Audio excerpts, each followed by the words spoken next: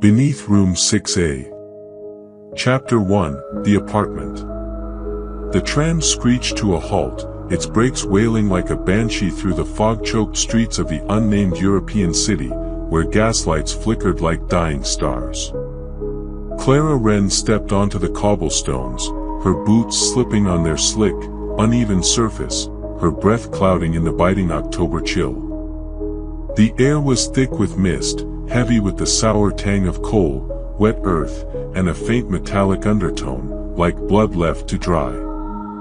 She adjusted her wool scarf, her auburn hair clinging damply to her pale cheeks, and followed Julian toward Ashgrove Residences, a hulking silhouette that loomed through the haze.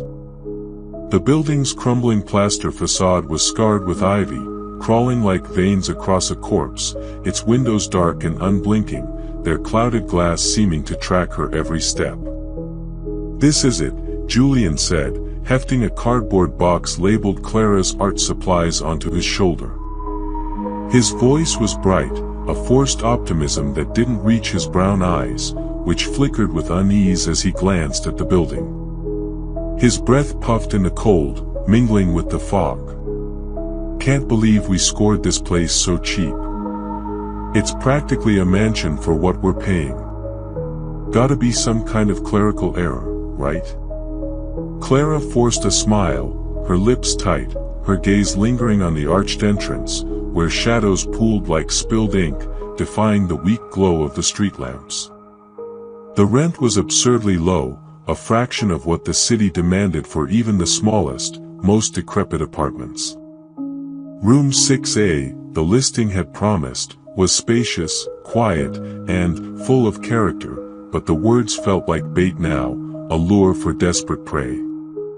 She clutched her suitcase handle, her knuckles whitening, as they climbed the narrow staircase, each step groaning underfoot, the sound echoing in the hollow stairwell like a low, resentful moan. The air grew heavier, stale with the scent of wax, mildew, and a rancid sweetness that curled in her nostrils, like milk left to rot. The wallpaper peeled in long, curling strips, revealing gray plaster beneath, and the walls seemed to lean inward, as if the building were closing around them. Inside 6A, the apartment was cavernous, its high ceilings vanishing into shadows that pulsed in the corners, defying the flicker of a single, ancient bulb that cast a sickly yellow glow. The hardwood floorboards were dark, warped, and scarred, their surfaces worn smooth in places, as if countless feet had paced them over decades, driven by some restless compulsion. Clara set her suitcase down, and the floor let out a deep, resonant groan, a sound that lingered too long, vibrating through her bones like a warning. Her heart stuttered, her fingers tightening on the handle. The groan had a rhythm, step, pause, step, like footsteps trailing her across the room, deliberate and unseen. She froze, her breath catching, her eyes darting to the shadows that seemed to thicken around her, forming shapes that vanished when she blinked. "You okay?"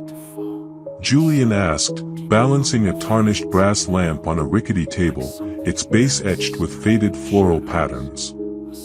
He hadn't noticed the sound, his focus on untangling the cord, his movements brisk but tinged with fatigue. His jacket was damp from the drizzle, and his hair clung to his forehead.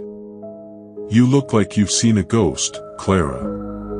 "Yeah," she lied, her voice thin, barely audible over the hum of her own pulse. Her breakdown last year, months of panic attacks, sleepless nights, and memories that fractured like glass, had left her wary of her own mind, a traitor that conjured threats where none existed. She'd promised herself she'd stay grounded, that she'd rebuild her life with Julian in this new city, but the floor creaked again, unprompted, a slow, deliberate scrape that sent a shiver down her spine. The air felt heavy, pressing against her skin like a damp cloth, as if the apartment itself were watching, sizing her up, learning her weaknesses. They spent the day unpacking, Julian humming a tuneless melody as he shelved books and arranged their mismatched furniture, a sagging couch with frayed upholstery, a wobbly table that rocked on uneven legs, a bed with a creaking iron frame that groaned with every movement. Clara hung her charcoal sketches, delicate studies of forests with twisted branches, faces with soft, expressive eyes, and hands clasped in prayer, their lines a reminder of the artist she used to be before her mind had betrayed her. But her eyes kept drifting to the floorboards, their edges uneven, some raised as if pushing against something beneath, their surfaces scarred with faint scratches that looked too precise, too deliberate, to be random wear. She knelt by the bed, her fingers grazing a seam in the wood. It was warm, almost pulsing, like skin under her touch, and she yanked her hand back, her heart racing, the sensation crawling up her arm like a living thing. "Clara, you're zoning out again," Julian called from the kitchen, where he was rummaging through boxes for plates and cutlery, the clatter of dishes echoing in the vast space. His voice was light, but there was an edge to it, a hint of the worry he tried to hide, the same worry that had shadowed him during her recovery.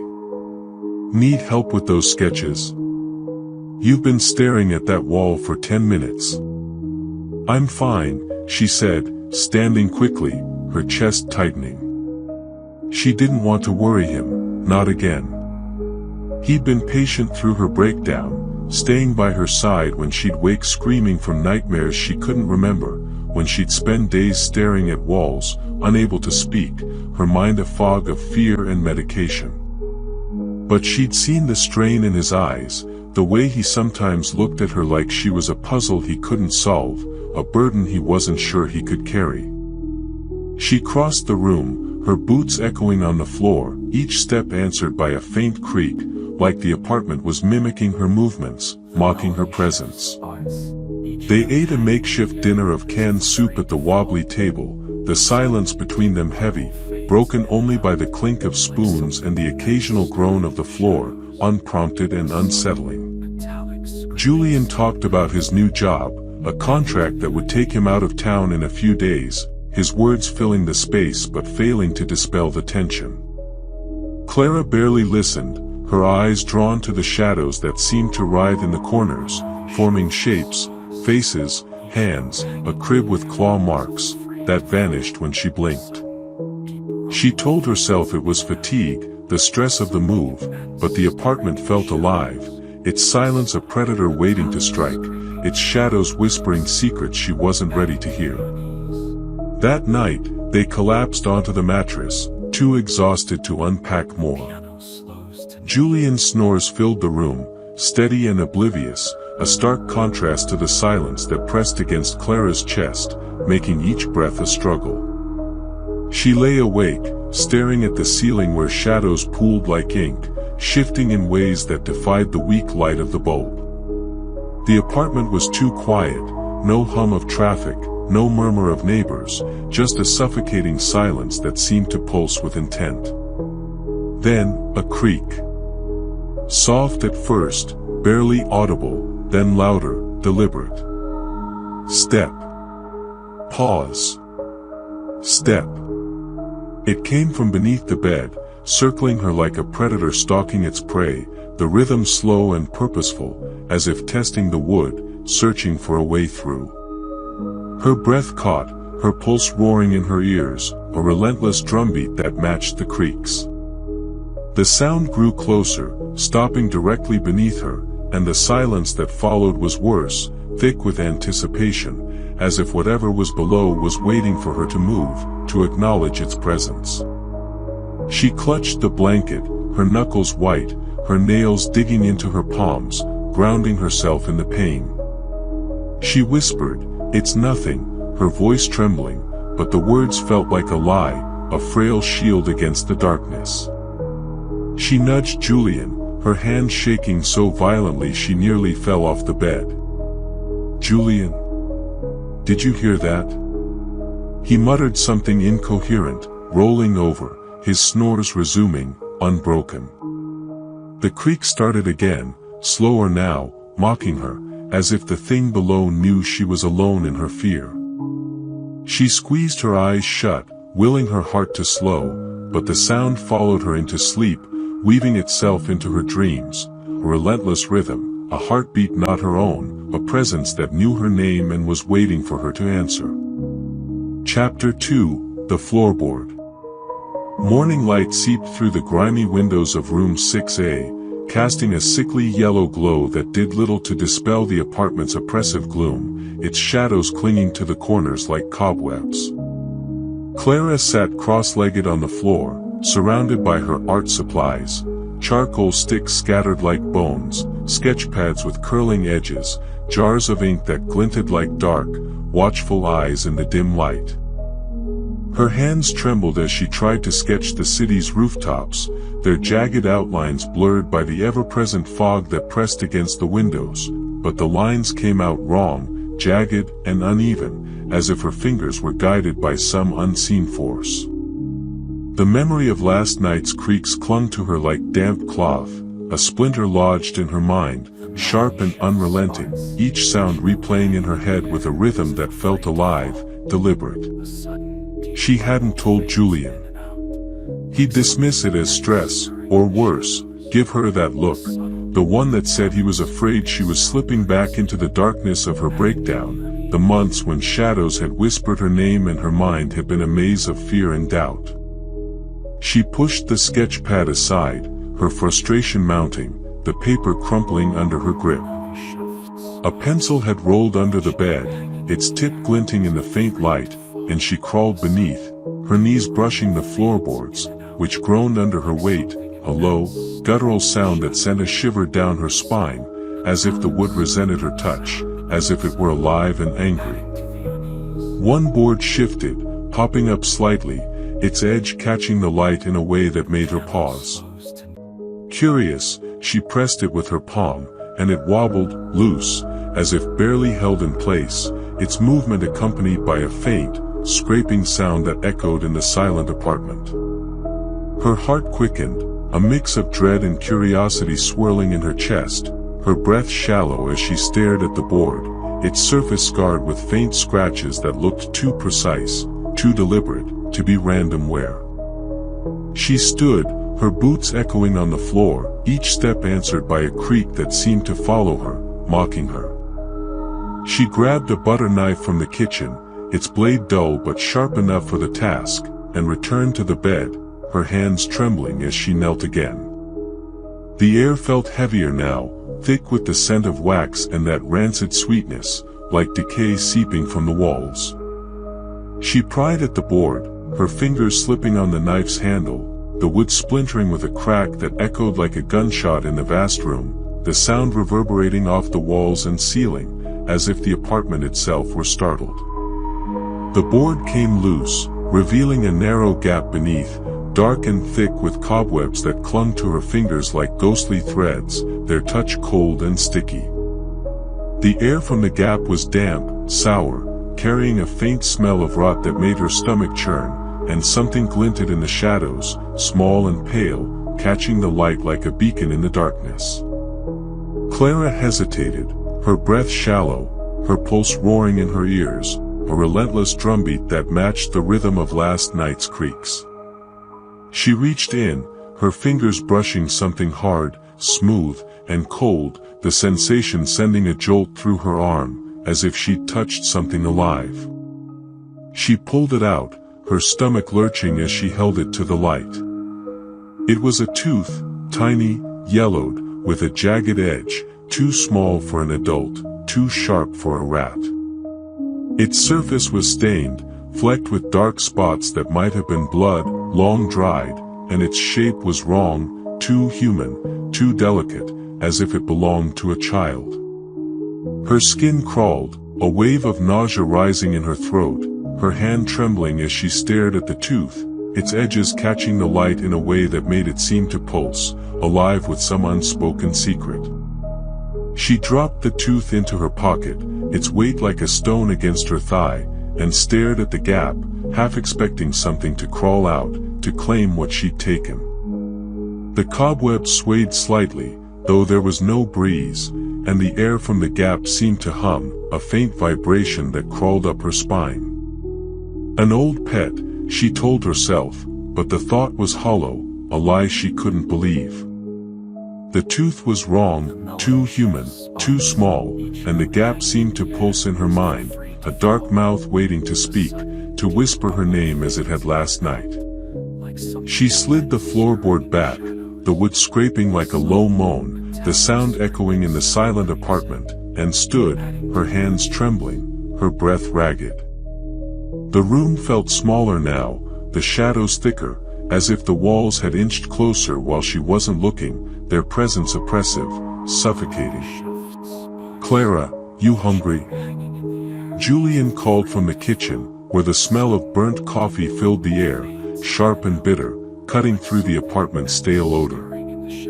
He was scrambling eggs, his back to her, his movements brisk but tinged with the same unease she'd seen in his eyes yesterday, a tension that mirrored her own. "I found some bread, too.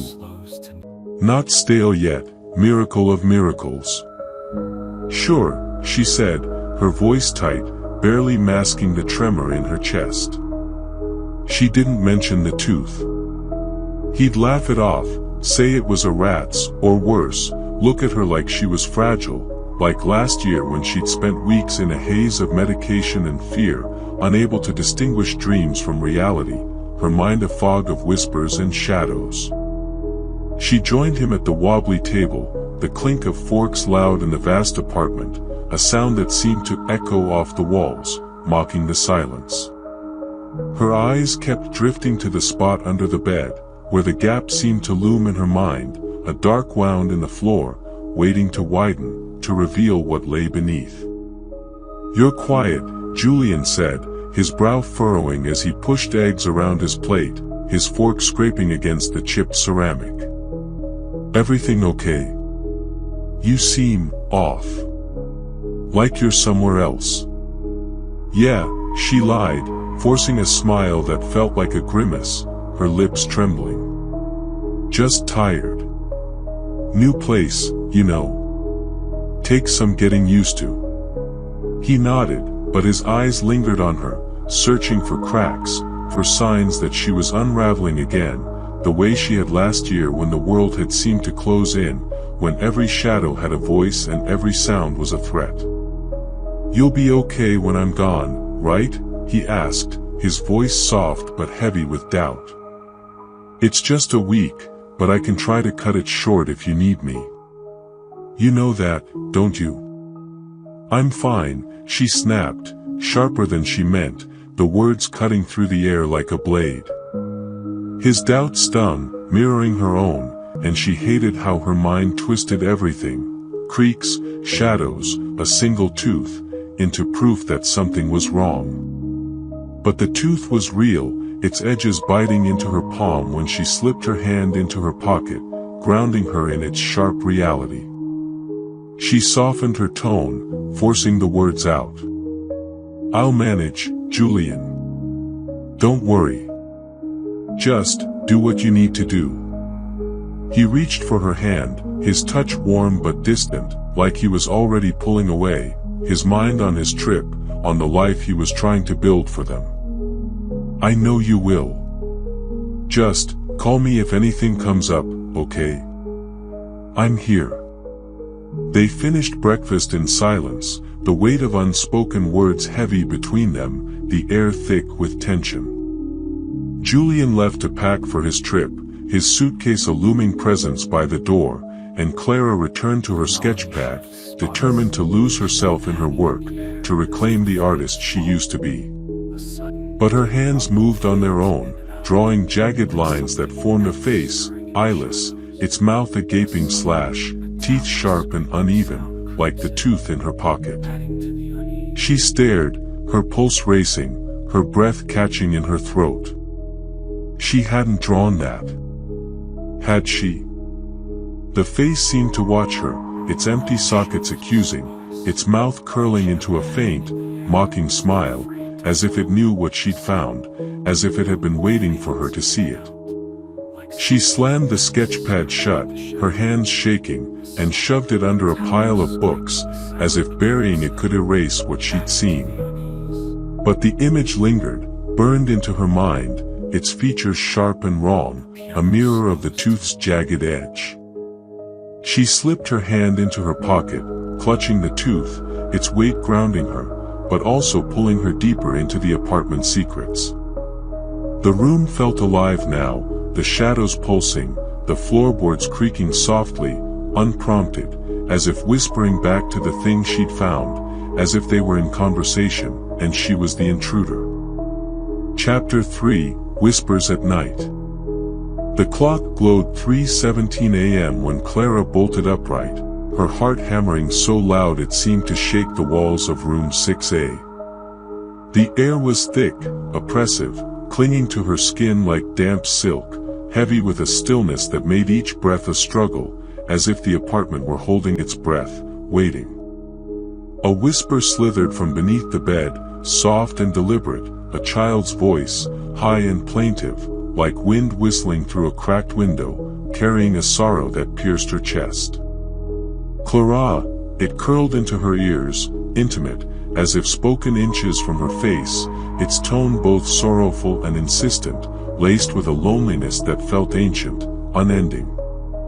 Her blood turned to ice, her body rigid, every muscle coiled as if ready to flee, but her limbs refused to move, pinned by the weight of the voice. She lay frozen, her breath shallow, her pulse roaring in her ears, a relentless drumbeat that matched the rhythm of the creaks from the night before. The whisper came again, clearer now, its words dripping with grief. "You can hear me, can't you?" The voice was too real, too close, not a dream, not a trick of her mind, its clarity cutting through the fog of her fear. "I'm lonely," it murmured, the words seeping into her bones, weighing her down, wrapping around her heart like a shroud. She clutched the blanket, her knuckles white, her nails digging into her palms, grounding herself in the pain, the only thing keeping her from screaming.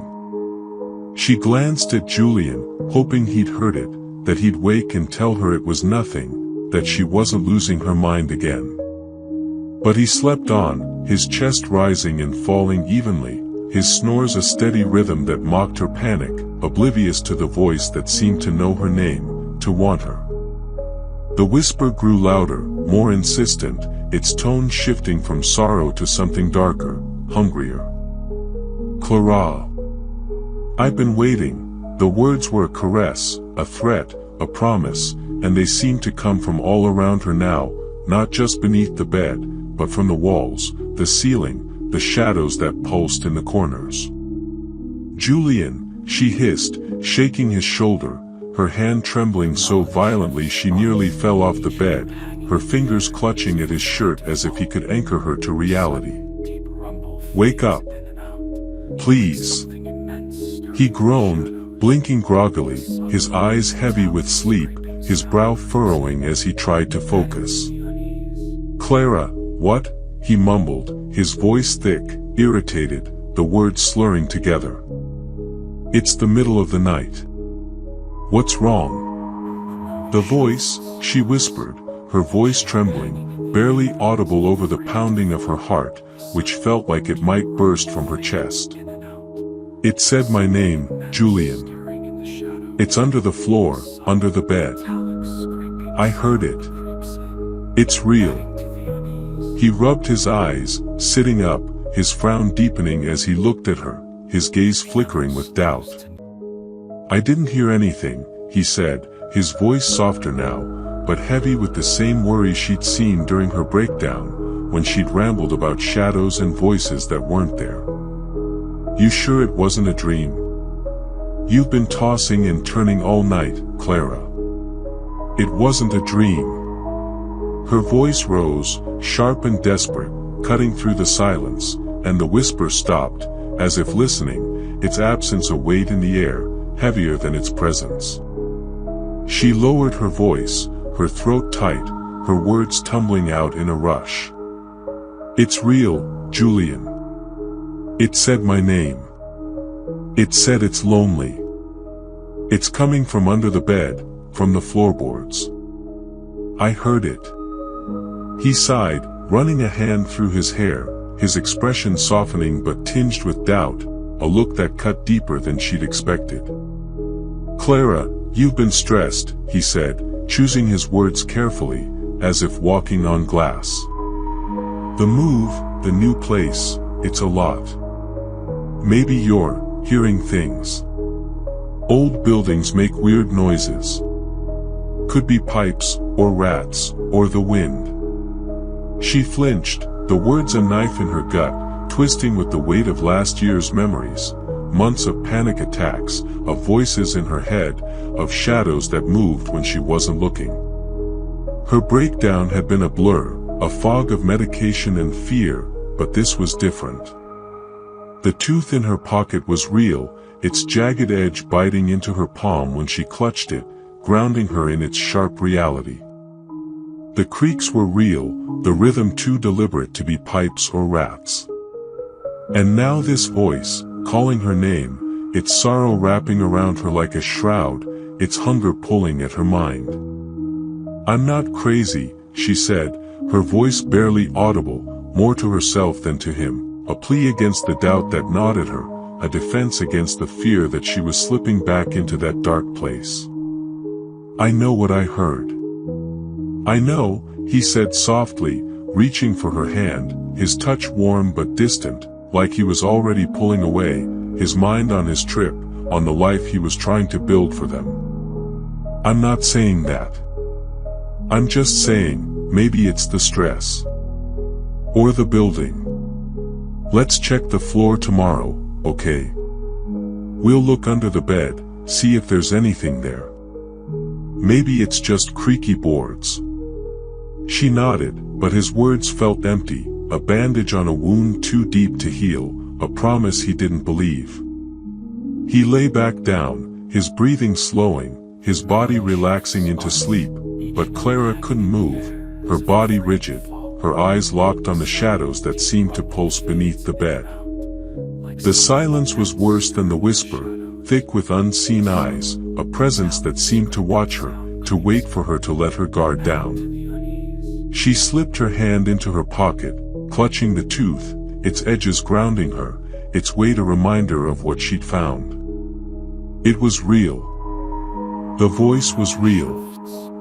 And it wanted something from her. She lay back, staring at the ceiling where shadows writhed, forming shapes that vanished when she blinked, faces with no eyes, hands reaching, a crib with claw marks gouged into the wood. Her eyes burned, heavy with fatigue, but sleep was impossible, her mind replaying the voice's words, its sorrow and hunger weaving together in a knot that tightened around her heart. The whisper didn't return, but the silence felt alive, pulsing with a rhythm that matched her heartbeat, a predator waiting for her to falter. She kept her hand on the tooth, its jagged edge a lifeline, a proof that she wasn't losing her mind, but also a chain, pulling her deeper into the apartment's secrets. By dawn, her body ached, her eyes raw, and the apartment seemed to hum with a low, sinister energy, as if it knew she'd heard its voice, as if it was pleased, as if it was waiting for her to answer. Chapter 4, Drawing Things She Never Drew. Clara's sketchpad lay open on the wobbly table, its pages filled with her usual work, charcoal landscapes of twisted forests, portraits with soft, expressive eyes, studies of hands clasped in prayer, their lines a testament to the artist she used to be before her breakdown had stolen her clarity. But this morning, new drawings stared back, alien and wrong, their presence a violation of her craft. A boy with no eyes, his mouth a jagged gash, teeth sharp and uneven, like the tooth in her pocket. A crib with claw marks gouged into the wood, deep and splintered, as if something had clawed its way out, desperate and feral. A tiny skeleton, curled in a fetal position, its bones delicate and cracked, its skull tilted as if listening. Her hands shook, the charcoal pencil falling from her fingers, clattering to the floor. She hadn't drawn these. She'd been asleep, her sketchpad untouched on the table, her hands clean of charcoal when she'd gone to bed. She stared at the drawings, her pulse racing, her breath catching in her throat.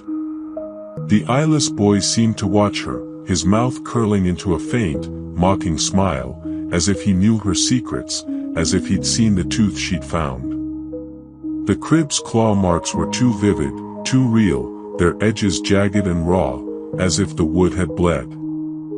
The skeleton was the worst, its bones rendered with a precision she didn't possess, each crack and curve a silent scream. She slammed the sketchpad shut, her hands trembling, but the images lingered, burned into her mind, their details sharp and wrong, a mirror of the tooth's jagged edge.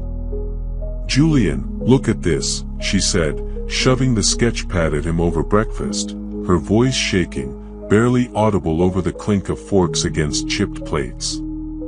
The kitchen smelled of burnt toast and stale coffee, the air heavy with the apartment's ever-present scent of wax and decay. Julian was eating eggs, his movements mechanical, his eyes tired, as if he hadn't slept well either. He frowned, flipping through the pages, his brow furrowing deeper with each sketch, his fingers pausing on the eyeless boy, tracing the jagged lines of his mouth. "You sure you didn't do these?" he asked, his voice cautious, his eyes flickering with doubt. "They're intense. Maybe you were sleepwalking or something." "I don't sleepwalk," she snapped, her voice sharp enough to make him flinch, the words cutting through the air like a blade. Her throat tightened, doubt creeping in, cold and insidious, like the fog outside the windows. Her breakdown had left gaps in her memory, moments she couldn't account for, nights she'd woken with her hands smudged with ink, her journals filled with nonsense, words she didn't remember writing. But these drawings were different, too precise, too deliberate, their details etched with a clarity she hadn't possessed in months. "I didn't draw these, Julian. I couldn't have." He set the sketchpad down, avoiding her eyes, his jaw tight. "Maybe it's stress," he said, his voice gentle but wary, the same tone he'd used last year when she'd rambled about shadows and voices. "You've been through a lot, Clara. The move, the new place, it's a lot to handle. Maybe you're working through something subconsciously, you know." "Stop saying that," she cut him off, her throat tight, her hands clenching into fists, her nails digging into her palms. "I didn't draw these. I was asleep. Someone, something else did this." The word sounded absurd even to her, but the tooth in her pocket was real, its weight grounding her, its edges biting into her skin, a reminder of what she'd found under the floor. He raised his hands, palms out, backing off. Okay, he said, his voice softer now, but the doubt in his eyes was unmistakable, a mirror of her own fears.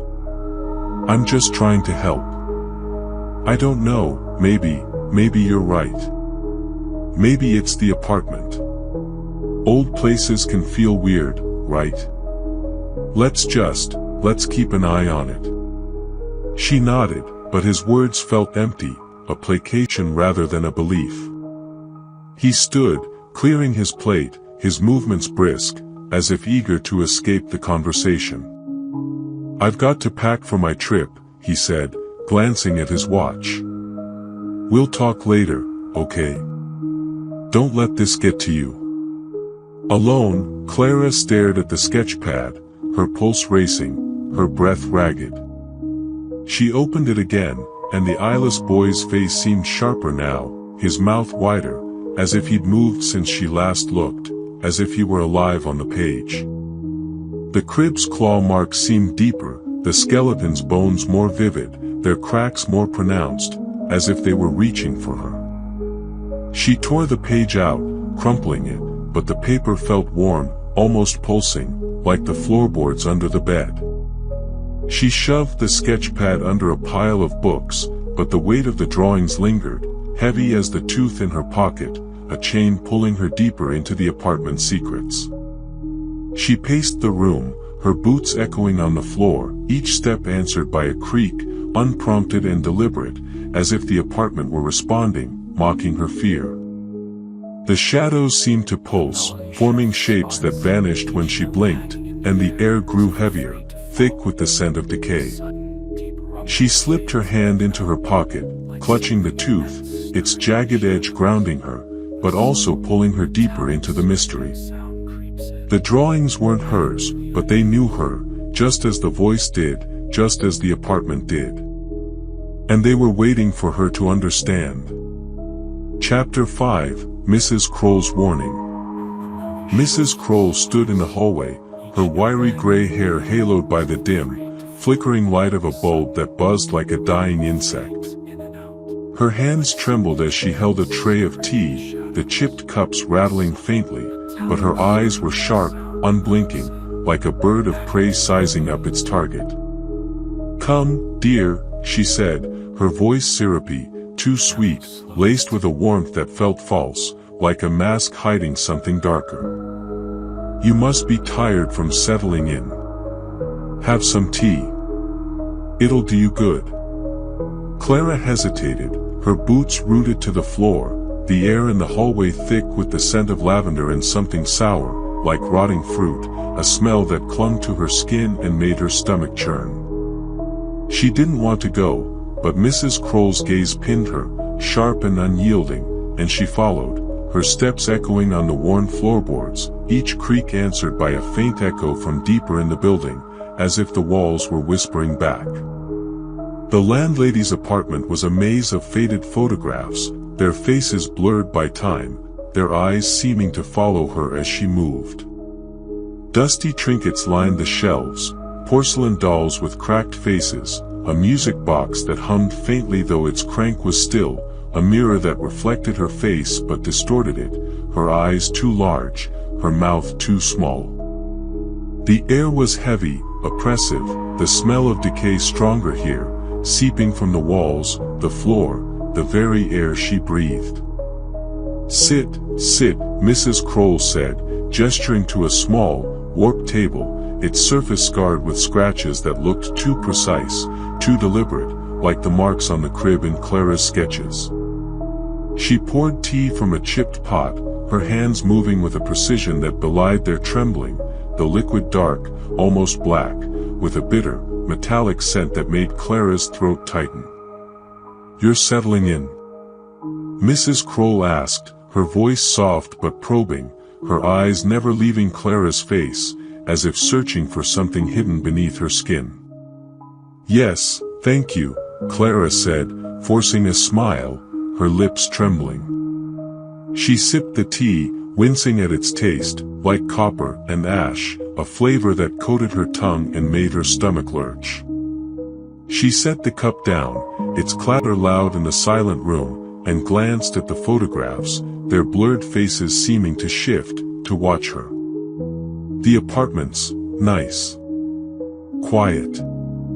Mrs. Kroll leaned closer, her breath hot and sour, her eyes glinting in the dim light. "You remind me of the last woman in 6A, she said, her voice dropping to a whisper, the words curling around Clara like a noose. "Eleanor. Such a sweet girl. So much like you, quiet, watchful." She heard him, too. Her teeth were too small, too sharp, glinting in the flickering light, and her smile was wrong, a curve that didn't reach her eyes. "Be careful what you listen to, dear. Some voices don't let go." Clara's cup clattered against the saucer, tea sloshing over the rim, her hands shaking so violently she nearly dropped it. "Heard who?" she asked, her voice barely audible, her heart pounding as the whisper from last night echoed in her mind. "Clara. I'm lonely." The tooth in her pocket seemed to burn, its edges biting into her thigh, a reminder of what she'd found, of the secrets the apartment held.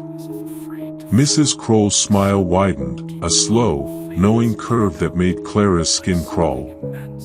"The ones who stay," she said, her voice barely a whisper, her eyes gleaming with something dark, something hungry. "The ones who never leave. They're always listening, always waiting. They like girls like you, girls who hear them. She stood, her movements jerky, like a puppet on strings, and gestured to the door. Finish your tea, dear. It'll help you sleep. You'll need it. Clara fled, the hallway seeming to stretch as she ran, the walls closing in, the air thick with the scent of decay. The photographs seemed to follow her, their blurred faces shifting, their eyes accusing. The tooth in her pocket felt heavier, its edges sharper, as if it were alive, as if it were pleased with her fear.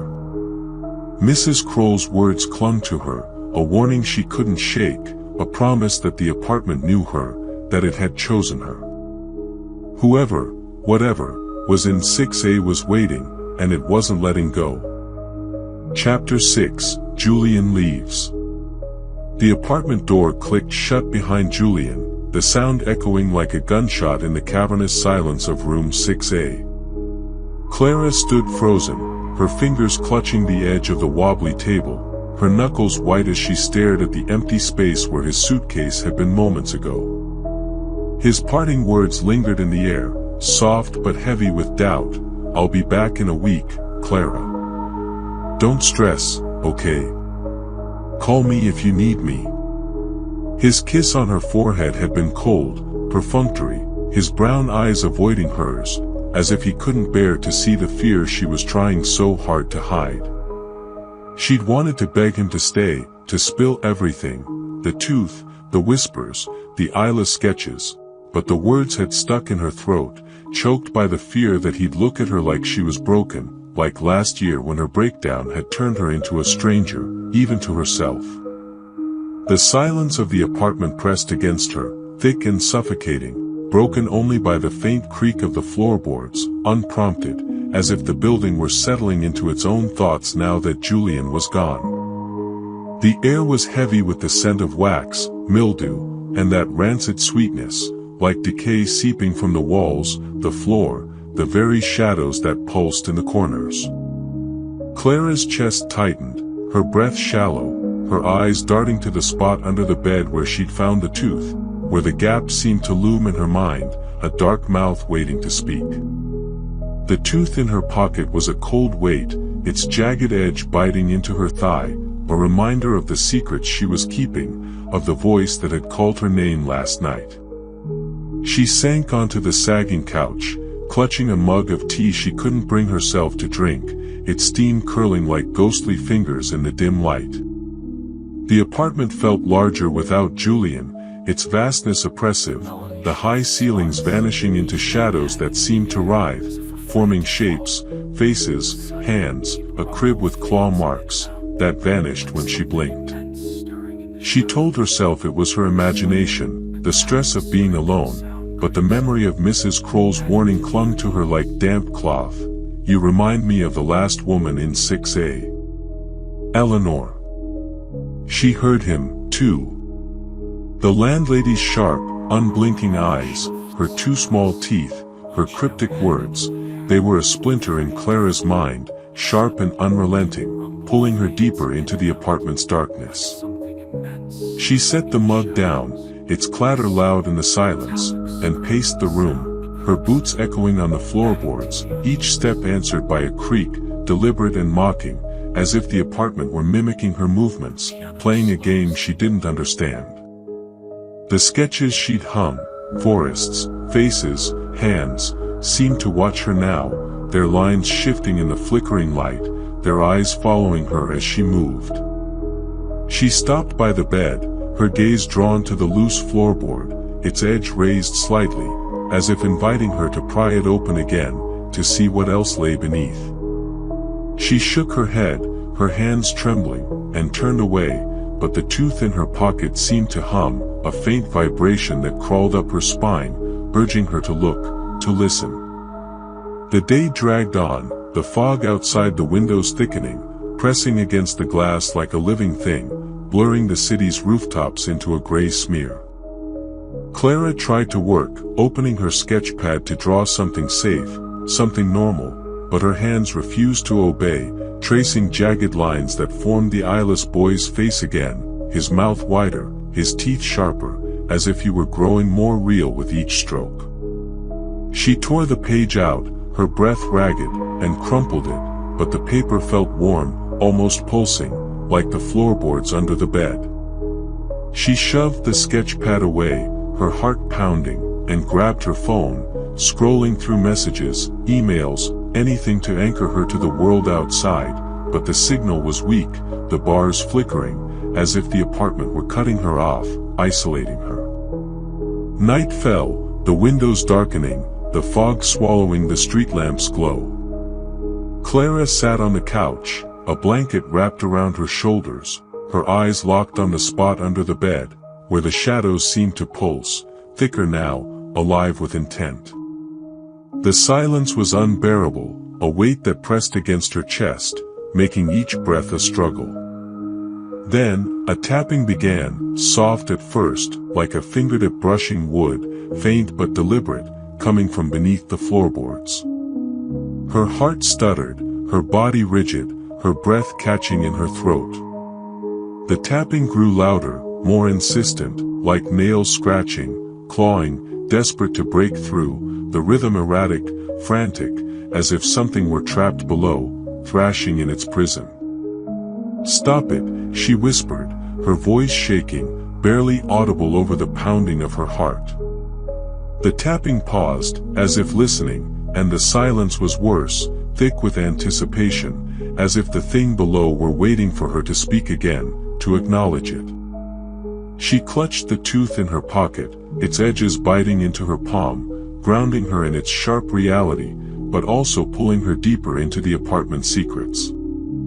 The tapping resumed, slower now, deliberate, mocking, a rhythm that matched the creaks from her first night, a heartbeat not her own. She stood, her legs trembling, and grabbed a flashlight from the kitchen, its beam weak but steady, cutting through the shadows. She knelt by the bed, her breath ragged, and shone the light under, half expecting to see something, a face, a hand, the eyeless boy, but there was nothing, just dust and cobwebs, the loose floorboards still in place. The tapping stopped, and the silence was alive, watching her, waiting. She backed away, her heart pounding, and sat on the bed, the flashlight clutched in her hands, its beam sweeping the room, catching the sketches on the walls, their faces seeming to shift, their eyes accusing. The tapping didn't return, but the silence was worse, a predator stalking her, its presence palpable in the air, the shadows, the floorboards. She didn't sleep, her eyes locked on the spot under the bed, the tooth in her pocket a cold weight, a reminder of what lay beneath, of what was waiting. By dawn, her body ached, her eyes raw, and the apartment seemed to hum with a low, sinister energy, as if it knew she was alone now, as if it was pleased. Chapter 7, The Diary. The morning light was weak, filtered through the fog that clung to the windows of room 6A, casting a sickly gray glow across the apartment's warped floorboards. Clara hadn't slept, her body heavy with fatigue, her eyes burning from hours of staring into the shadows, waiting for the tapping to return. The tooth in her pocket was a constant presence, its jagged edge biting into her thigh, a reminder of the secrets she'd uncovered, of the voice that had called her name, of the sketches she hadn't drawn. She sat on the sagging couch, her hands trembling as she clutched a mug of cold tea, its surface filmed with dust, the apartment's silence pressing against her like a physical weight, broken only by the occasional creak, unprompted and deliberate, as if the building were watching her, waiting for her to break. She couldn't stay still, couldn't sit and let the apartment's secrets consume her. She stood, her boots echoing on the floor, each step answered by a creak that seemed to follow her, mocking her fear. She paced the room, her fingers trailing along the walls, searching for something, anything, to anchor her to reality, to prove she wasn't losing her mind. The wallpaper was peeling, its faded flowers curling like dead skin, revealing gray plaster beneath, scarred with faint scratches that looked too precise, too deliberate, like the claw marks in her sketches. She paused by the bedroom wall, her hand brushing a loose panel, its edge raised slightly, as if inviting her to pry it open, to see what lay behind. Her heart quickened, a mix of dread and curiosity swirling in her chest, her breath shallow as she pressed the panel. It shifted, popping free with a soft crack, revealing a narrow cavity, dark and thick with cobwebs that clung to her fingers like ghostly threads.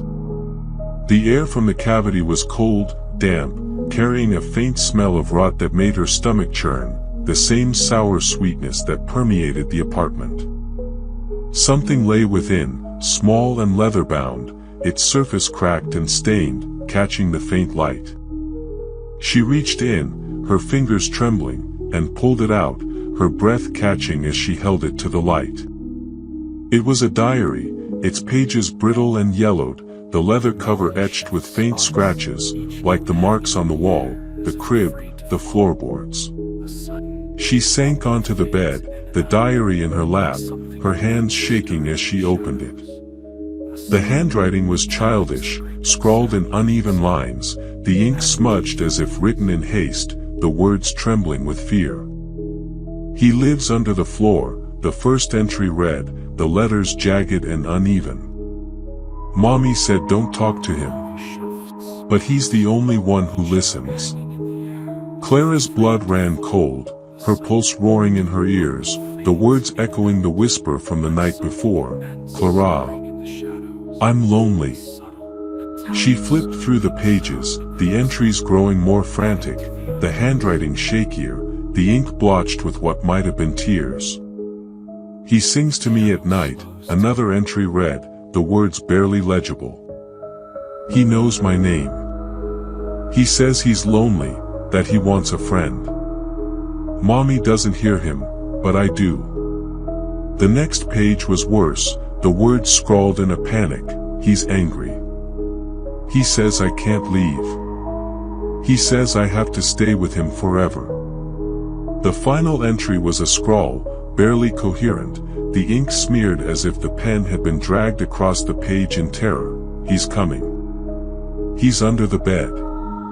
He wants me to stay." The diary ended there, the remaining pages blank, their edges curling like dead leaves, the silence of the apartment heavier now, as if the words had awakened something, stirred something beneath the floor. Clara's hands trembled, the diary slipping from her fingers, falling to the floor with a soft thud that echoed in the silent room. The tooth in her pocket seemed to burn, its edges sharper, as if it were alive, as if it were pleased with what she'd found. The whispers, the tooth, the sketches, the diary, they were connected, threads in a web she was only beginning to see, a trap that had been waiting for her since she'd stepped into 6A. She stood, her legs trembling, and shoved the diary back into the cavity, slamming the panel shut, but the words burned in her mind, their fear seeping into her bones, echoing the voice that had called her name. She paced the room, her boots echoing, each step answered by a creak, deliberate and mocking, as if the apartment were responding to the diary, to her discovery. The shadows seemed to pulse, forming shapes that vanished when she blinked, and the air grew thicker, heavy with the scent of decay. She grabbed her sketch pad, hoping to draw something safe, but her hands moved on their own, tracing the eyeless boy's face again, his mouth wider, his teeth sharper, as if he were growing more real, as if he were the one who'd written the diary, who'd sung to the child, who'd wanted them to stay. She tore the page out, her breath ragged, and crumpled it, but the paper felt warm, almost pulsing, like the floorboards, the diary, the tooth. The day passed in a blur, the fog outside the windows thickening, the apartment's silence growing heavier, broken only by the occasional creak, the faint tapping that returned at odd moments, soft but deliberate, like a reminder of what lay beneath. Clara didn't sleep, her eyes locked on the spot under the bed, the diary's words replaying in her mind, their fear a mirror of her own. The tooth in her pocket was a cold weight, a chain pulling her deeper into the apartment's secrets, and she knew she couldn't ignore it anymore. Whatever was beneath the floor was waiting, and it wasn't letting go. Chapter 8, Sobbing in the Walls. Clara woke to sobbing, raw and desperate, echoing through room 6A like a wound torn open in the night. Her eyes snapped open, her heart pounding, her body rigid as she lay on the bed, the blanket tangled around her legs, her breath shallow in the oppressive darkness. The sound was unmistakable, a child's cry, broken and hopeless, coming not from beneath the floor but from inside the walls, muffled but piercing, as if the plaster itself were weeping. The air was thick, heavy with the scent of wax, mildew, and that rancid sweetness, like decay seeping from the apartment's bones, and the shadows pulsed in the corners, alive with intent. She sat up, her hands trembling, her eyes darting to the walls, where the faded wallpaper seemed to ripple in the dim light, its flowers curling like dead skin. The sobbing grew louder, more insistent, a raw, guttural sound that clawed at her chest, pulling at her heart with a sorrow that wasn't hers but felt like it could be. She stumbled out of bed, her bare feet cold on the floorboards, which groaned under her weight, a low, resentful sound that echoed the sobs, as if the apartment were in conversation with the voice, as if they were one and the same. She pressed her ear to the wallpaper, her breath ragged, her heart hammering so loud it seemed to drown out the sobbing, but the sound was clearer now, closer, a child's cry that seemed to come from inches away, from within the wall itself. The wallpaper was warm, pulsing faintly, like skin under her touch, its surface soft and damp, as if it were sweating, as if it were alive. She yanked her hand back, a gasp escaping her lips, her skin crawling with the sensation, the warmth lingering like a burn. "Who's there?" she called, her voice cracking, barely audible over the sobbing, which paused for a moment, as if listening, before resuming, softer now, but no less desperate. The silence between the sobs was worse, thick with anticipation, as if the thing in the wall were waiting for her to speak again, to acknowledge it. She grabbed a flashlight from the bedside table, its beam weak but steady, and shone it on the wallpaper, half expecting it to bleed, to reveal a face, a hand, the eyeless boy. But there was nothing, just faded flowers and peeling edges, the scratches beneath too precise, too deliberate, like the marks in her sketches, the diary, the floorboards. The sobbing stopped, replaced by a whisper, so close it felt like breath on her neck, soft and plaintive, the same voice from beneath the bed. "I'm lonely." Clara stumbled back, her heart pounding, her breath ragged, the flashlight slipping from her hands and clattering to the floor, its beam spinning wildly, casting shadows that seemed to writhe, to reach for her. The wall was cold now, lifeless, but the air was thick, heavy with the presence of something unseen, something that had spoken, that had cried, that had known her name. She sank onto the bed, her hands trembling, the tooth in her pocket burning against her thigh, its edges sharper, as if it were alive, as if it were pleased with her fear. She didn't sleep, her eyes locked on the wall, the flashlight clutched in her hands, its beam sweeping the room, catching the sketches on the walls, their faces shifting, their eyes accusing. The sobbing didn't return, but the silence was worse, a predator stalking her, its presence palpable in the air, the shadows, the walls. The diary's words replayed in her mind, their fear a mirror of her own, and she knew she couldn't ignore it anymore. Whatever was in the walls, beneath the floor, in the sketches, the tooth, it was waiting, and it wasn't letting go. Chapter 9, The Bones. Clara's hands trembled as she gripped the crowbar, its cold metal biting into her palms, the weight grounding her against the suffocating dread that coiled in her chest. The apartment's silence was a predator, stalking her, broken only by the faint creak of the floorboards, unprompted and deliberate, as if room 6A were breathing, waiting for her to uncover its secrets. The diary's words, "He's coming. He wants me to stay," burned in her mind, their childish scrawl a scream that echoed the sobbing in the walls, the whispers beneath the bed, the eyeless boy in her sketches.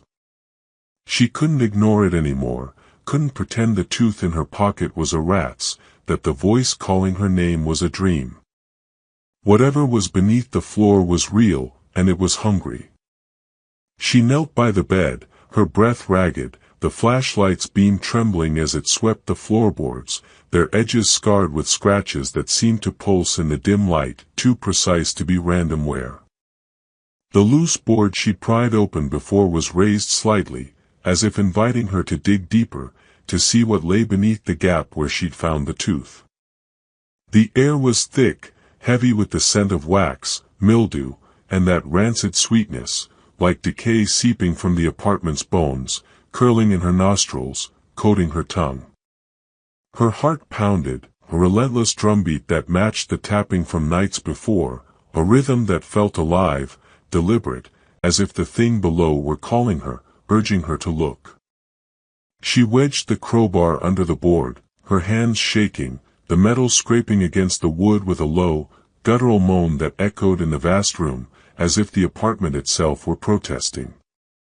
The board splintered with a crack, the sound like a bone snapping, and Clara flinched, her breath catching, half expecting something to lunge from the gap.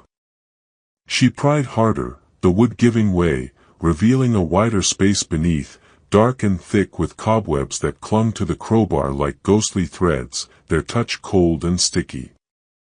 The air from the gap was damp, sour, carrying a stench of rot that made her stomach lurch, a smell that wasn't just decay but something worse, something alive, something wrong.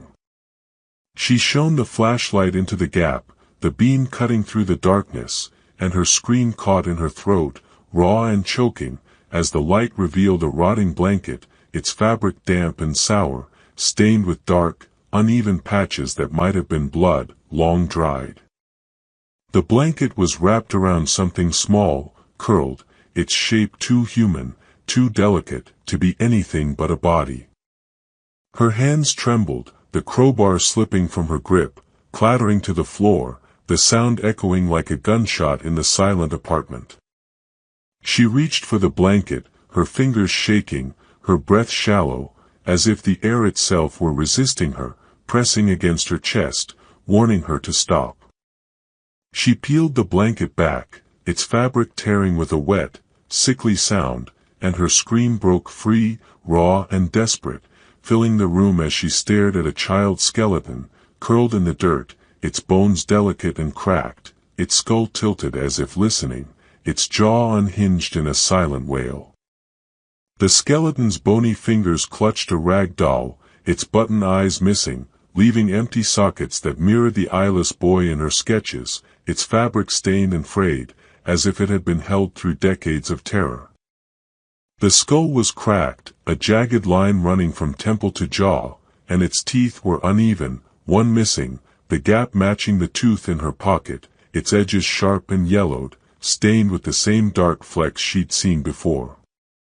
Clara retched, scrambling back, her hands slipping on the floorboards, her vision blurring with tears, her stomach heaving as the stench of rot overwhelmed her. The tooth in her pocket burned, its edges biting into her thigh, pulsing with a rhythm that matched her heartbeat, as if it were alive, as if it were pleased with what she'd found. She clutched her chest, gasping for air, her mind reeling, the skeleton's empty sockets seeming to watch her, to accuse her, as if she were responsible for its fate, as if she'd been meant to find it all along. The diary's words echoed in her mind, "He's under the bed. He wants me to stay," and she knew, with a certainty that chilled her blood, that this was him, the child who'd written those words, the one who'd heard the voice, who'd been taken by whatever lived beneath the floor. She stumbled to her feet, her legs trembling, and backed away, her eyes locked on the skeleton, half expecting it to move, to reach for her, to speak in the voice that had called her name. The flashlight's beam wavered, casting shadows that seemed to writhe, forming shapes, faces, hands, a crib with claw marks, that vanished when she blinked. The apartment felt smaller now, the walls closing in, the shadows thicker, as if the discovery had awakened something, stirred something that had been waiting for her to see. She grabbed her phone, her hands shaking, intending to call Julian, to beg him to come back, but the signal was gone, the bars flickering, as if the apartment were cutting her off, isolating her with the bones, the tooth, the voice. She sank onto the bed, her breath ragged, the crowbar at her feet, the flashlight's beam fixed on the gap, where the skeleton lay curled, its rag doll a silent witness to its terror. The tooth in her pocket was a cold weight, a chain pulling her deeper into the apartment's secrets, and she knew she couldn't ignore it anymore. The skeleton was real, the diary was real, the voice was real, and they were all connected, threads in a web that had ensnared her the moment she'd stepped into 6A. The floorboards creaked, unprompted, a low, deliberate sound that echoed the tapping, the sobbing, the whispers, as if the apartment were pleased, as if it were hungry for more. Chapter 10, The Trapdoor Dream. Clara's eyes burned, heavy with fatigue, her body aching from hours of staring into the shadows of room 6A, waiting for the skeleton to move, for the voice to return, for the apartment to reveal its next secret.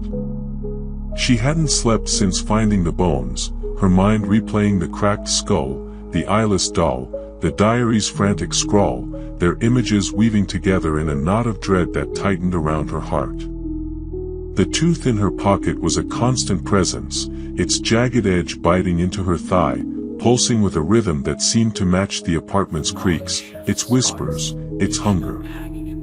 She sat on the bed, the flashlight clutched in her hands, its beam fixed on the gap beneath the floorboards, where the skeleton lay curled, a silent accusation that she couldn't escape. The fog outside the windows was thicker now, pressing against the glass like a living thing, swallowing the city's lights, isolating her in the apartment's oppressive gloom. The air was heavy, thick with the scent of wax, mildew, and that rancid sweetness, like decay seeping from the walls, the floor, the shadows that pulsed in the corners.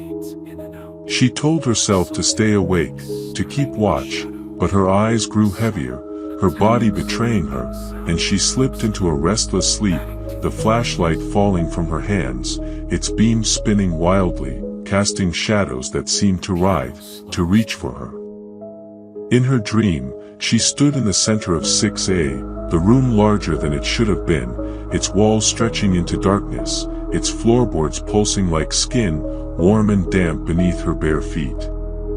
A trapdoor lay beneath the rug, hidden under the bed, its edges scarred with scratches, like the marks in her sketches, the diary, the skeleton's skull. A child's voice pleaded from below, soft and plaintive, the same voice that had called her name, that had sobbed in the walls. "I'm still here," it whispered, its sorrow piercing her chest, pulling at her heart with a grief that wasn't hers but felt like it could be. "I didn't do anything wrong. Help me." She knelt, her hands trembling, and clawed at the trapdoor, her nails breaking, her fingers bleeding, the wood splintering under her touch, each crack echoing like a scream in the silent room. The voice grew louder, more desperate, its words tumbling over each other, a plea that became a demand. "Open it. Let me out. I'm lonely." She pried the trapdoor open, its hinges groaning like a dying animal, and a cold, damp air rushed up, carrying the stench of rot, of earth, of something alive and wrong. The darkness below was endless, a void that seemed to breathe, to watch her, its edges pulsing with a rhythm that matched her heartbeat, the tooth's hum, the apartment's creaks. She leaned over the edge, her breath shallow, the flashlight's beam swallowed by the void, revealing nothing but a faint glint, small and pale, like the tooth she'd found, like the skeleton's cracked skull. The voice whispered again, closer now, as if spoken inches from her face. "Come with me. Stay with me." A hand reached from the darkness, small and bony, its fingers curled like claws, its nails black and jagged, grasping for her, brushing her wrist with a touch that burned like ice. She screamed, pulling back, but the trapdoor slammed shut, the floorboard ceiling over it, smooth and unmarked, as if it had never been there. She woke with a gasp, her heart pounding, her body drenched in sweat, the blanket tangled around her legs, the flashlight rolling on the floor, its beam catching the rug, which was askew, its edges curled as if someone had lifted it. Her hands were smudged with dirt, her nails broken, her fingers aching, as if she'd been clawing at something, as if the dream had been real. She scrambled to the rug, pulling it back, her breath ragged, half expecting to see the trapdoor, but the floor was unmarked, the boards smooth and cold, their scratches faint but deliberate, like the marks in her sketches, the diary, the skeleton skull. The tooth in her pocket burned, its edges sharper, pulsing with a rhythm that seemed to echo the voice's plea, the hand's touch, the void's hunger. She stood, her legs trembling, and shone the flashlight under the bed, the beam catching the gap where the skeleton lay, its empty socket seeming to watch her, its rag doll's eyeless face a mirror of the boy in her sketches.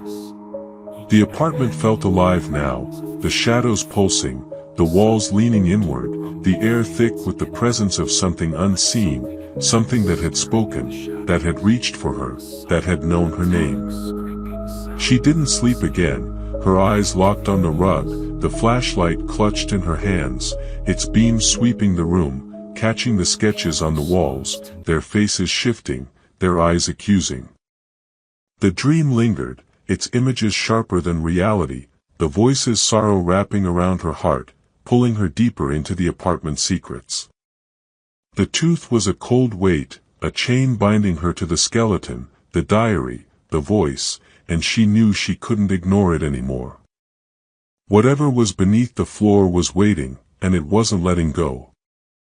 Chapter 11, The Past Tenant.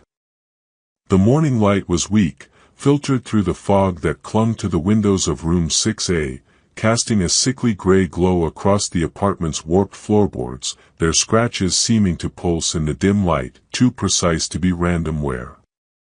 Clara hadn't slept since the dream, her body heavy with fatigue, her eyes burning from hours of staring into the shadows, waiting for the trapdoor to appear, for the voice to return, for the skeleton to move.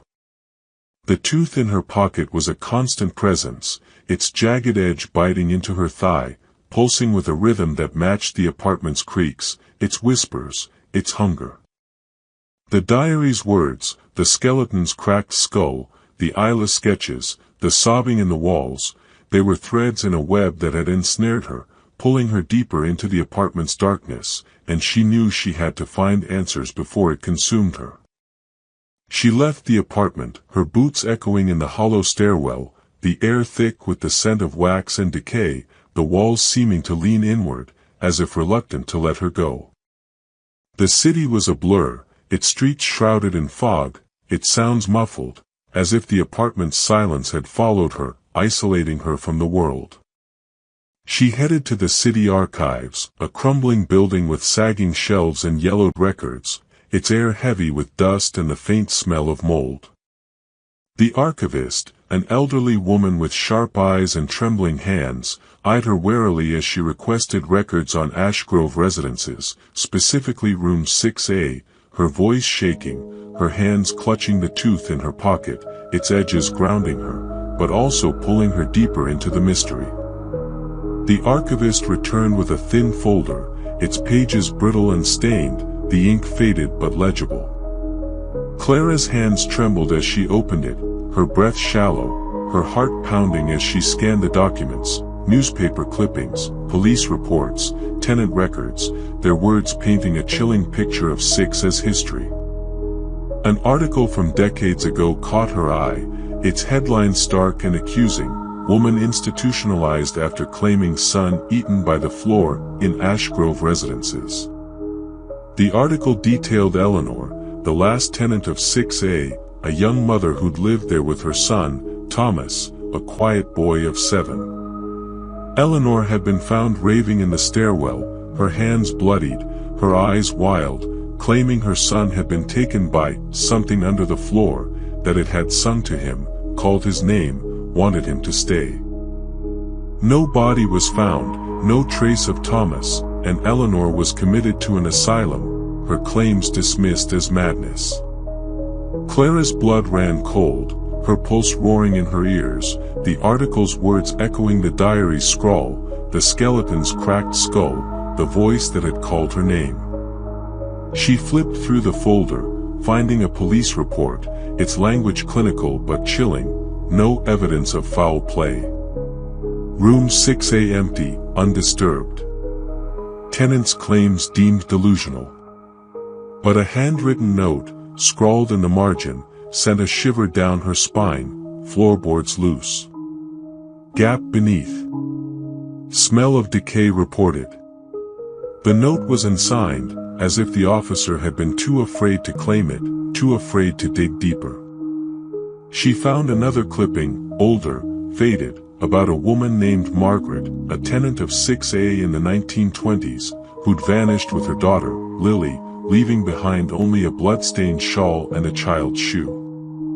No bodies were found, no suspects named, but neighbors reported hearing singing from the apartment at night, a child's voice, soft and plaintive, that stopped the day Margaret disappeared. Clara's hands shook, the folder slipping from her fingers, the papers scattering across the table, their words a chorus of loss, of children taken, of mothers broken, of an apartment that fed on grief. She returned to 6A, the article clutched in her hand, her breath ragged, the tooth in her pocket burning, its edges sharper, as if it were alive, as if it were pleased with what she'd found. The apartment felt different now, the shadows darker, the air thicker, the floorboards creaking as she entered, unprompted and deliberate, as if welcoming her back, as if they'd been waiting. She knelt by the gap, the skeleton's empty socket staring up at her, its rag doll's eyeless face a mirror of the boy in her sketches, the child in the diary, Thomas, taken by whatever lived beneath the floor. The apartment was alive, its silence a predator, its shadows pulsing, its walls leaning inward, as if eager to claim her, to add her to its history of loss. She stood, her legs trembling, and shone the flashlight under the bed, the beam catching the skeleton, its bones seeming to shift, its fingers curling slightly, as if reaching for her. She stumbled back, her heart pounding, the tooth in her pocket a cold weight, a chain binding her to Eleanor, to Thomas, to the apartment's hunger. She knew she couldn't stay, but she couldn't leave, not until she understood what was beneath the floor, what had taken them, what wanted her. Chapter 12, The Man Upstairs. The fog clung to the windows of room 6A, a gray shroud that swallowed the city's lights, isolating Clara in the apartment's oppressive gloom. Her hands trembled as she clutched the newspaper clipping about Eleanor, its faded ink a silent scream that echoed the diary's scrawl, the skeleton's cracked skull, the voice that had called her name. The tooth in her pocket burned, its jagged edge biting into her thigh, pulsing with a rhythm that matched the apartment's creaks, its whispers, its hunger. She hadn't slept since the trapdoor dream, her body heavy with fatigue, her eyes raw from hours of staring into the shadows, waiting for the skeleton to move, for the sobbing to return, for the apartment to claim her as it had claimed Thomas, Eleanor, and the others before them. She paced the room, her boots echoing on the floorboards, each step answered by a creak, deliberate and mocking, as if the apartment were mimicking her, playing a game she couldn't win. The air was thick, heavy with the scent of wax, mildew, and that rancid sweetness, like decay seeping from the walls, the floor, the shadows that pulsed in the corners, forming shapes, faces, hands, a crib with claw marks, that vanished when she blinked. The sketches on the walls, her own work, seemed to watch her now, their lines shifting, their eyes accusing, as if they knew what she'd found, what she'd become. A knock at the door startled her, sharp and insistent, cutting through the silence like a blade. Her heart pounded, her breath shallow, as she approached, her hand trembling on the knob. She opened it to find an old man, his face gaunt, his eyes wild, his hands trembling as he clutched the railing, as if the stairwell itself were trying to pull him back. His coat was threadbare, his hair a tangle of gray, and his breath was ragged, as if he'd run up the stairs, fleeing something unseen. "You're in 6A, he rasped, his voice low, urgent, his eyes darting past her, as if searching the apartment for something lurking in the shadows. "I saw you move in. You need to get out. Now." Clara's throat tightened, her fingers tightening on the doorframe, the tooth in her pocket pulsing, as if responding to his words. "Who are you?" she asked, her voice shaking, barely audible over the pounding of her heart. "What do you know about 6A? He stepped closer, his breath sour, his eyes glinting with a mix of fear and desperation. "I lived here," he said, his voice dropping to a whisper, as if afraid the walls were listening. "Upstairs, 7B. Years ago. I heard it, too, the singing, the crying, the voice under the floor. It feeds on grief. Always has. It takes the children first, then the mothers. It took my sister. It took her boy." Clara's blood ran cold, her pulse roaring in her ears, the man's words echoing Eleanor's story, the diary's scrawl, the skeleton's silent wail. "What is it?" she demanded, her voice sharper now, her fear giving way to a desperate need to understand. "What's under the floor? What does it want?" He shook his head, his hands trembling, his eyes wild with a terror that seemed to age him further. "It's not a thing," he said, his voice barely a whisper, his words tumbling over each other. "It's the house. The house is alive. It wants mothers, girls like you, girls who hear it. It knows your name, doesn't it?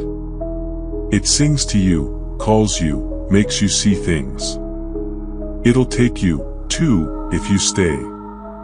It remembers you." Clara stumbled back, her heart pounding, the tooth in her pocket burning, its edges sharper, as if it were alive, as if it were pleased with his words. "How do you know my name?" she whispered, her voice trembling, her eyes searching his face, looking for a lie, a trick, but finding only fear, raw and unfiltered.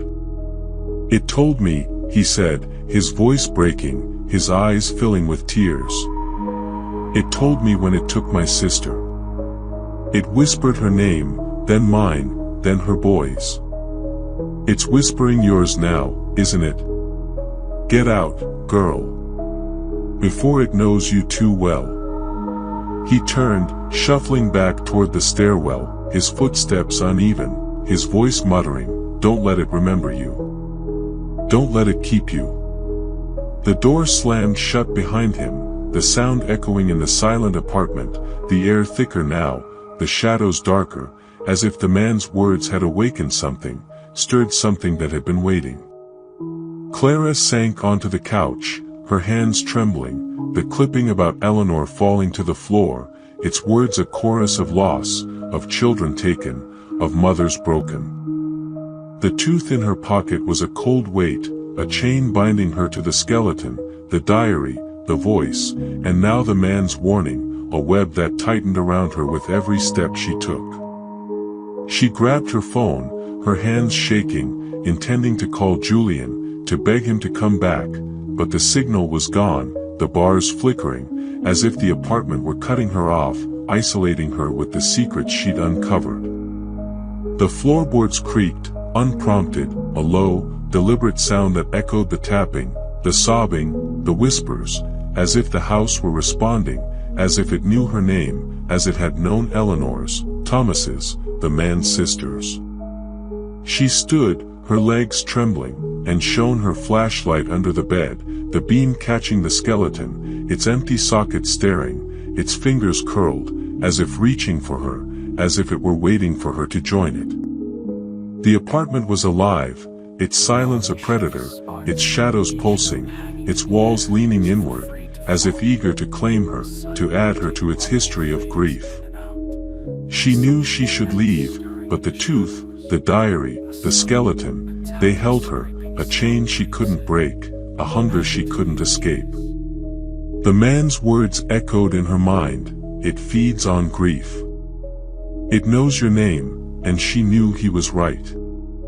The house was hungry, and it wasn't letting go. Chapter 13, Julian returns. Changed. The apartment door creaked open, the sound slicing through the silence of room 6A, startling Clara from her vigil on the couch, where she'd sat for hours, clutching the tooth, staring at the gap beneath the bed. Her heart pounded, her breath shallow, as Julian stepped inside, his suitcase thumping to the floor, his silhouette framed by the dim light of the stairwell. Relief flooded her, a brief warmth that chased away the chill of the old man's warning, the skeleton's stare, the diary's scrawl. He was back, her anchor, her proof that the world outside still existed, that she wasn't alone with the apartment's hunger. "Julian," she whispered, standing, her legs trembling, her voice cracking with a mix of relief and desperation. She crossed the room, her boots echoing on the floorboards, each step answered by a creak, deliberate and mocking, as if the house resented his return. She reached for him, her hands shaking, but stopped short, her breath catching as she saw his face. His smile was wrong, too wide, too still, his lips stretched in a way that didn't reach his eyes, which were too dark, like pools of ink, reflecting nothing, not even the faint light of the bulb overhead. His skin was pale, almost gray, as if the life had been drained from him, and his movements were stiff, jerky, like a puppet on strings. "Clara," he said, his voice low, smooth, but not his own, laced with a cadence that reminded her of the whispers, the sobbing, the voice that had called her name. "I'm back. Missed you." She stepped back, her heart pounding, her hands trembling, the tooth in her pocket burning, its edges sharper, as if it were alive, as if it were pleased with what she saw. "Julian," she said, her voice trembling, her eyes searching his face, looking for the man she knew, the one who'd held her through her breakdown, who'd promised to stay. But his eyes were empty, his smile a mask, and the air around him was thick, heavy with the scent of decay, as if he'd brought something back with him, something that wasn't him. He stepped closer, his boots echoing on the floorboards, the sound louder than it should have been, as if the house were amplifying it, welcoming him. "You okay?" he asked, his head tilting slightly, the movement too sharp, too unnatural. "You look scared. Something happened while I was gone." She swallowed, her throat tight, her mind racing, the old man's warning echoing in her mind, "It feeds on grief. It knows your name." "I found things," she said, her voice shaking, the words tumbling out in a rush. "A tooth, a diary, a skeleton under the floor. There's something here, Julian. It's alive. It knows my name. It's been calling me." His smile widened, his teeth glinting in the dim light, too sharp, too small, like Mrs. Kroll's, like the skeleton's. "A skeleton," he said, his voice low, amused, but not his own, laced with a hunger that made her skin crawl. "Sounds like a bad dream, Clara. You've been stressed. Maybe you're seeing things, hearing things. You know how you get." She flinched, the words cutting deeper than they should have, a mirror of her own fears, her breakdown's legacy, the doubt that gnawed at her mind. But the tooth was real, the diary was real, The skeleton was real, and now Julian was wrong, his eyes too dark, his voice too smooth, his presence a violation of the man she loved. "It's not a dream," she said, her voice sharper now, her fear giving way to anger. "I'm not crazy. Something's here, and it's doing this to you." "What happened to you, Julian? You're different."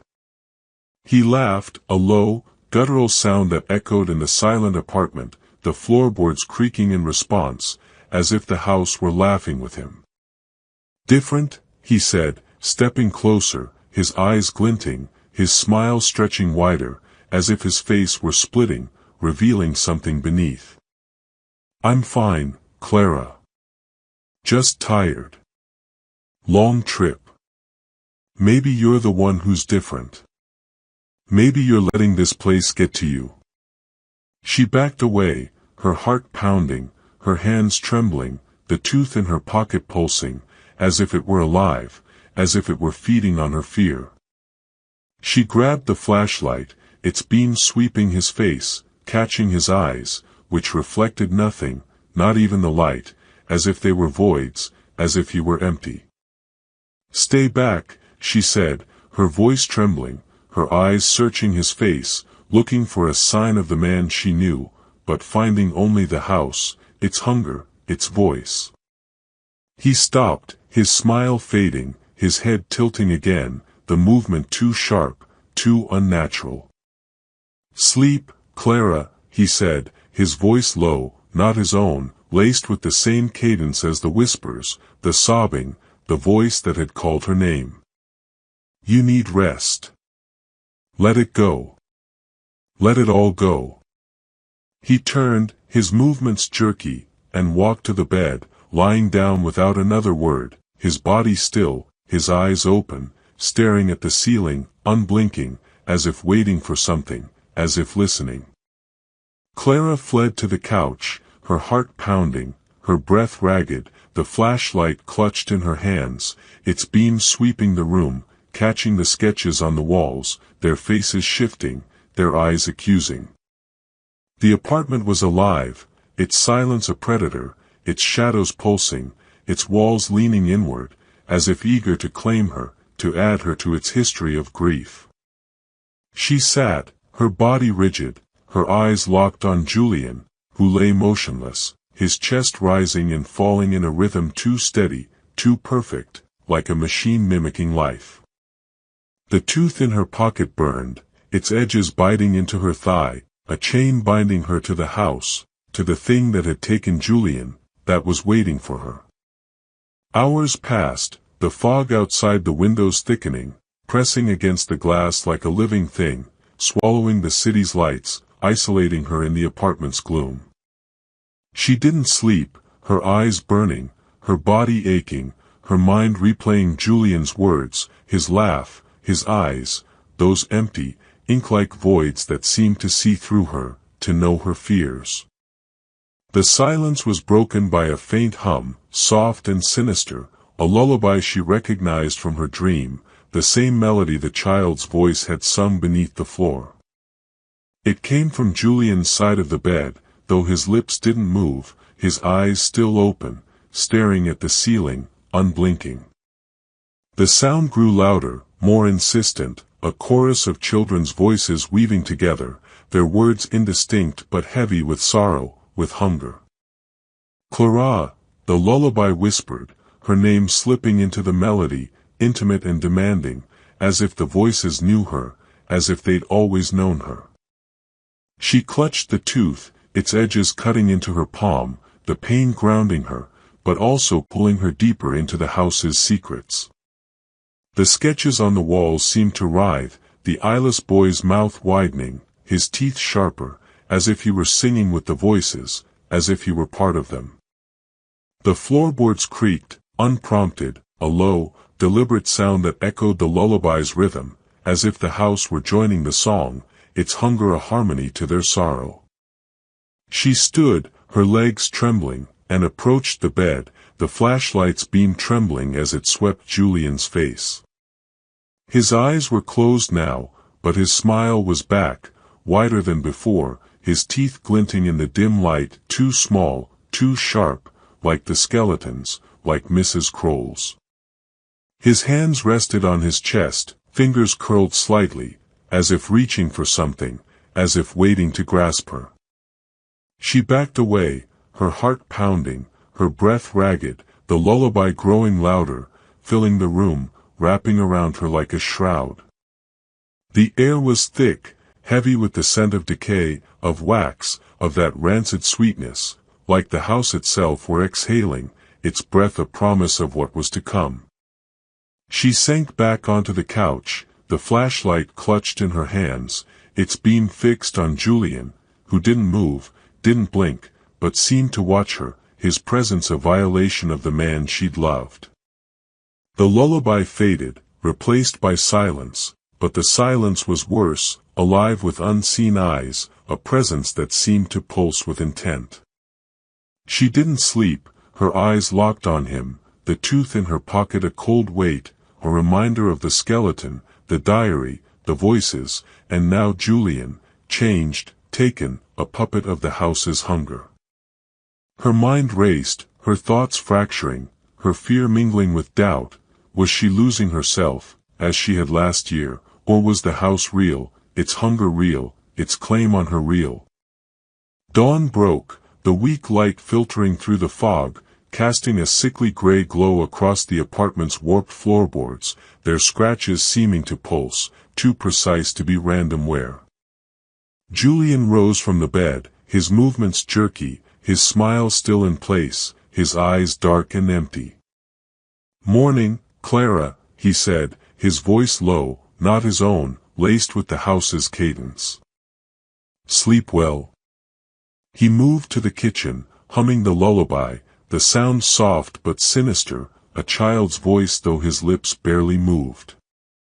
She didn't answer, her hands trembling, the flashlight still clutched in her hands, its beam sweeping the room, catching the sketches, their faces shifting, their eyes accusing. The tooth in her pocket burned, its edges sharper, pulsing with a rhythm that matched the lullaby, the floorboards' creaks, the house's hunger. She knew she should run, should flee the apartment, the city, the thing that had taken Julian, but the tooth held her, a chain she couldn't break, a hunger she couldn't escape. The house was alive, its silence a predator, its shadows pulsing, its walls leaning inward, and Julian was part of it now, a piece of its game, a lure to keep her here. She spent the day avoiding him, staying on the couch, her eyes locked on his movements, which were too precise, too deliberate, like a predator stalking its prey. He cooked breakfast, his hands moving with a grace that wasn't his, the smell of eggs and toast mingling with the apartment's decay, a mockery of normalcy. "Eat, Clara," he said, setting a plate before her, his smile too wide, his eyes too dark. "You need your strength." The words were kind, but his voice was wrong, laced with a hunger that made her skin crawl. She pushed the plate away, her stomach churning, her heart pounding. "I'm not hungry," she said, her voice shaking, her eyes searching his face, looking for a sign of the man she knew, but finding only the house, its hunger, its voice. He shrugged, his smile fading, and sat across from her, his eyes fixed on her, unblinking, as if studying her, as if waiting for her to break. The day dragged on, the fog outside the windows thickening, the apartment's silence growing heavier, broken only by Julian's humming, the lullaby weaving through the air, soft and sinister. She clutched the tooth, its edges cutting into her palm, the pain grounding her, but also pulling her deeper into the house's secrets. She knew she couldn't stay, but she couldn't leave, not with Julian here, not with the skeleton beneath the floor, the diary's words, the voices calling her name. The house was hungry, and it had taken Julian to keep her here, to make her part of its game. Night fell, the windows darkening, the fog swallowing the street lamp's glow. Clara sat on the couch, the flashlight clutched in her hands, its beam sweeping the room, catching Julian, who lay on the bed, his eyes open, staring at the ceiling, unblinking. The lullaby returned, louder now, a chorus of children's voices, their words a plea, a demand, a promise. Clara, they sang, her name a thread in their melody, pulling her deeper into the house's darkness. The floorboards creaked, the shadows pulsed, the walls leaned inward, and Julian's smile widened, his teeth glinting, as if he were singing with them, as if he were theirs.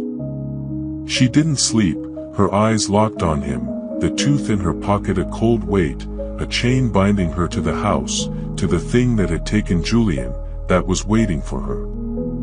The lullaby grew louder, filling the room, wrapping around her like a shroud, and she felt herself slipping, her mind fracturing, her heart joining the voices, their sorrow a mirror of her own. The house was alive, its hunger real, and it wasn't letting go.